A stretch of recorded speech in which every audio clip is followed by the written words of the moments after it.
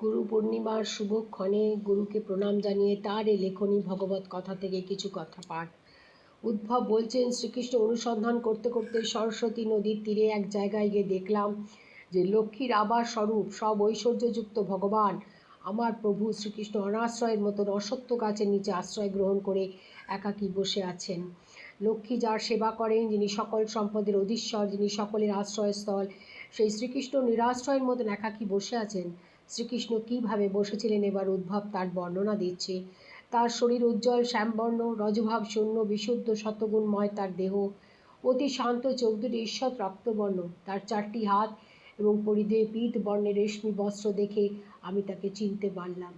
শ্রীকৃষ্ণ তখন তার বাম উরুদেশ নিজের ডান পা রেখে একটি ছোট্ট অশ্বত্থ গাছে হেলান দিয়ে বসেছিলেন। তিনি তখন সমস্ত বিষয় সুখে বিমুখ হয়েছেন, কিন্তু তবুও তিনি পরম আনন্দে পরিপূর্ণ রয়েছেন দেখলাম। শ্রীকৃষ্ণ চতুর্ভুজ মূর্তিতে কংসের কারাগারে জন্ম পরিগ্রহণ করেছিলেন। দেখেছিলেন দেবকী ও বসুদেব।